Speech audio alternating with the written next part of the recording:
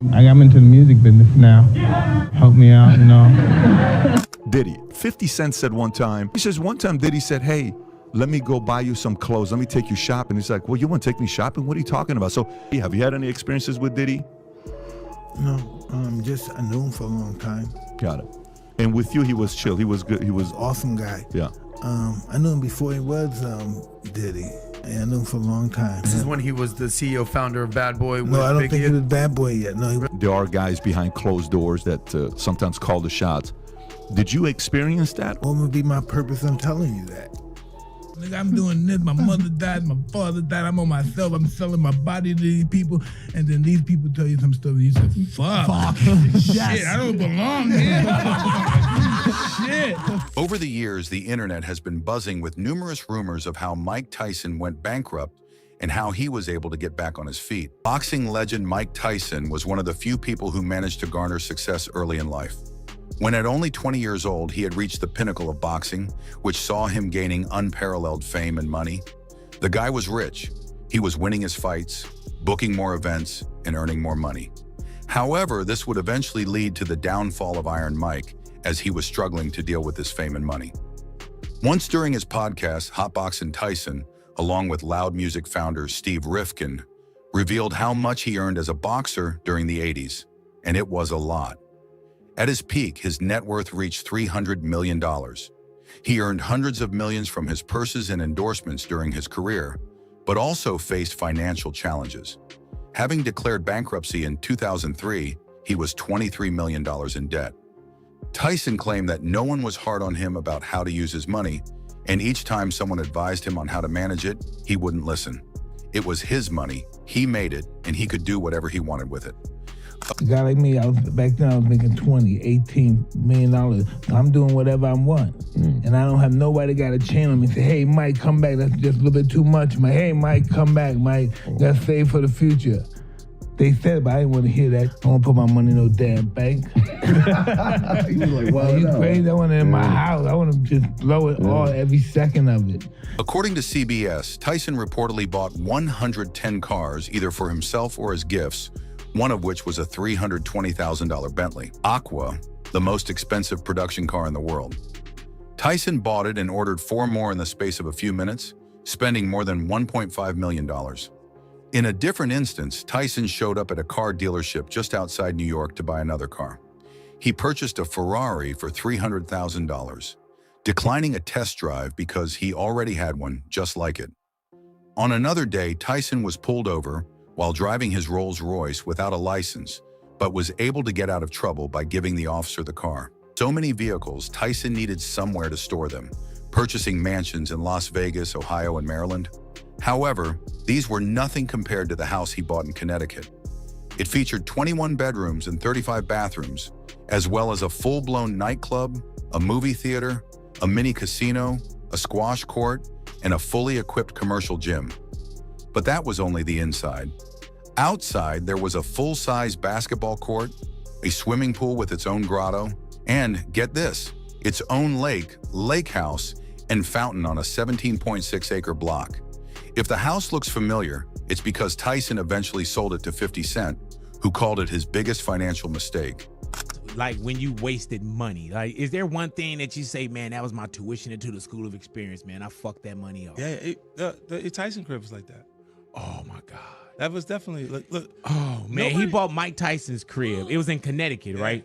How many rooms was that house, Fifth? It was 18 bedrooms. 18 bedrooms. It had 3 full kitchens and 3 half kitchens. Yeah, and it had a club in it. A nightclub. Yeah, man, the grounds were massive. Yeah, how much did you pick that house up for? I paid 4.1. How much was the upkeep, guesstimate per year? About $700,000 a year. And that's not all. He also bought 3 Bengal tigers that cost him millions of dollars to take care of. It's absurd why anyone would want to keep a tiger, let alone 3, in their home. To make things worse for Mike, he was also cutting off people who were trying to help him manage his life and finances. Tyson accused his manager at the time, Don King, of not paying him his fair share from fights. And he also sued the promoter for $100 million for defrauding him of his earnings. Back then, Mike Tyson displayed some homophobic attitudes with his actions and words. However, He recently gained a lot of attention for pressing Boosie Badazz about the comments he made regarding Dwayne Wade's transgender daughter, Zaya Wade. During Boosie's appearance on Mike's podcast, Hot Boxing with Mike Tyson, Tyson questioned whether Boosie was homosexual while trying to get to the root of why he shared unsolicited thoughts about Zaya coming out as a transgender girl. Why do you say things about person that might be a homosexual? Why do you say that about them? Do you feel there's a possibility that you're a homosexual and you, by disrespect them, you further yourself from being a homosexual or thinking you may like homosexuals?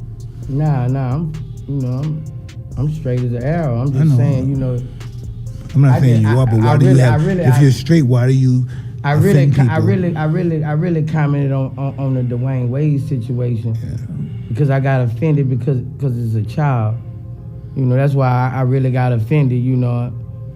And that's why I really said if it was a motherfucking 19-year-old, 18-year-old grown person, I probably wouldn't. I know I wouldn't have said ain't at 12 can't make that decision. I felt like that's just how I felt.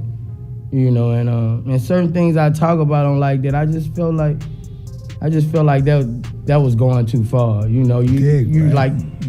agree with you. You calling him or her, like that's just going too far. At 12 years old, it's like. Boosie later apologized to Dwayne Wade, even though he still stated that he didn't support their decision and actually meant what he said to them. I apologize to Dwayne Wade. I meant what I said, but I shouldn't have said this shit about your child. But. Earlier, Boosie Badazz went on a transphobic rant on social media about Dwayne Wade showing support for his 12-year-old child, Zaya, who was assigned male at birth but identifies as a girl. Dwayne Wade himself hasn't spoken about Zaya undergoing gender reassignment surgery, despite what Boosie suggested in his Instagram video. I gotta say something about this, bro. Dwayne Wade, you going too f***ing far, dog. That is a male, a 12-year-old. At 12, they don't even know what their next meal gonna be.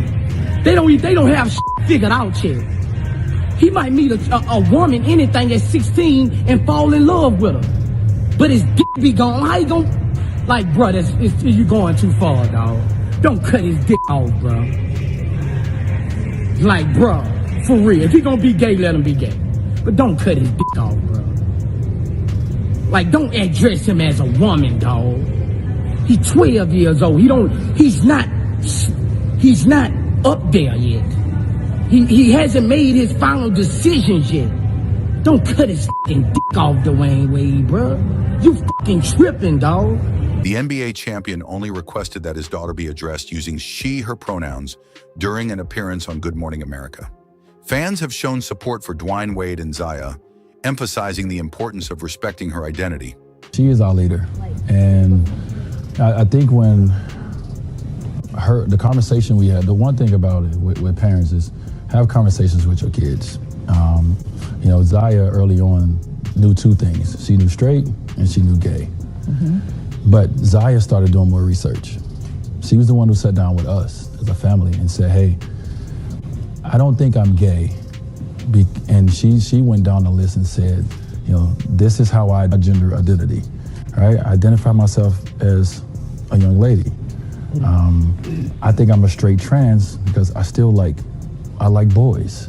So it was a process for us to sit down with our daughter and find out who she is and what she likes and not put something on her. Fans were quick to notice that Mike had supported transgender people and even took time on his podcast to talk about it.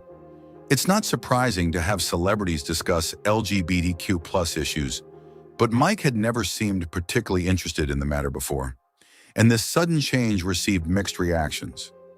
One of the most troubling aspects of Tyson's revelation is the pervasive culture of silence surrounding these exclusive parties.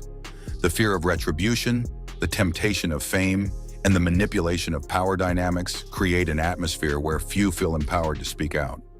Many witnesses, even those aware of transgressions, choose to turn a blind eye rather than risk their own careers or reputations. This culture thrives on complicity and secrecy, making it incredibly difficult for victims to seek justice.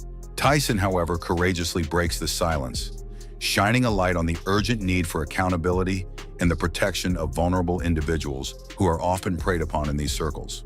In his account, Tyson delves deeper into how power and influence play a pivotal role in sustaining this culture of exploitation. Who knows what's real? That's what Diddy's lawyers, I think, said. It was like that these are just trumped up charges, not trumped up, I don't think they said that, but like full charges. Dude, when Homeland Security invades your house, you got problems with dudes with guns and body armor. Someone said that they weren't there to take stuff; they were there to delete everything. The real people that were in there, you know. Oh, like that's funny. With Epstein. Oh, that's funny. Anyways, we hope that wasn't the case for bankrupt Mike Tyson, who has bounced back since then after his acting career took off. Now he runs a successful podcast and is also involved in various other businesses. A fan on Twitter said, "Go read about Mike Tyson, who went bankrupt in 2003 despite having received about $300 million in fights and reported to be in debt of $23 million in the same year." So it's not just about making money. Can the money sustain a flamboyant lifestyle in the long run? Another commenter pointed out, Mike Tyson went bankrupt. He was a multimillionaire. You don't know anyone's financial situation. Anyways, let's not forget that this video is based on theories and should not be considered facts. That's it for this video. Thanks for watching.